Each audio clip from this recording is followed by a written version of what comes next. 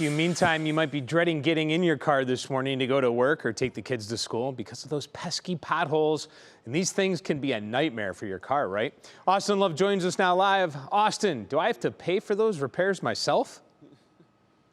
Yeah, hey, good morning to you, Dave. The short answer here is that it really depends, and I'm going to get to that. But I mean, just taking a look right now at these potholes, you can really just see the damage it can do to your car. And I mean, probably anyone that's been driving since they were 16 knows exactly the feeling of hitting one of these potholes. And this is just one of the many that we found here on Rockwell Avenue in downtown Cleveland. But yeah, according to the city, they have gotten about 120 pothole repair requests since the start of this year. So back to the big question. When can the city be held responsible for damage? Well, it's a process, of course. First, you need to report it. Vehicle damage can be reported to the Cleveland Department of Law Claims. The law department will then review the claim and determine if you are entitled to any reimbursement for damages. It's also a similar story for ODOT. Drivers can report vehicle damage or a roadway damage by filling out a claim on ODOT's website. But now we spoke with Cleveland Director of Public Works, Frank Williams. He says that it's been a tough year for the roads.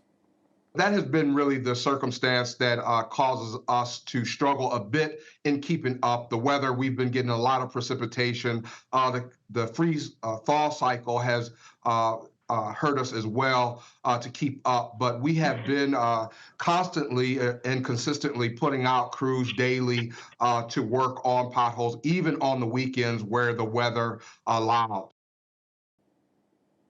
Yeah, it's a bad day to be a tire right now, ladies and gentlemen, with all these potholes. But hey, coming up at 6 o'clock, we are talking to Auto Body Shop who knows all too well and have seen and talked to customers who have experienced these. And Matt, until they get fixed, they're not getting any smaller, pal. What's going on here this morning? Yeah, Austin, you're right about that. I don't think it's ever a good day to be a tire, to be honest. You know, the grind is real in terms of that. Let's talk about how potholes form. You heard him mention the freeze-thaw cycle has a lot to do with that as well, and the precip, and boy, that's the darn truth. So water is the big problem with this. It seeps into the cracks of the road.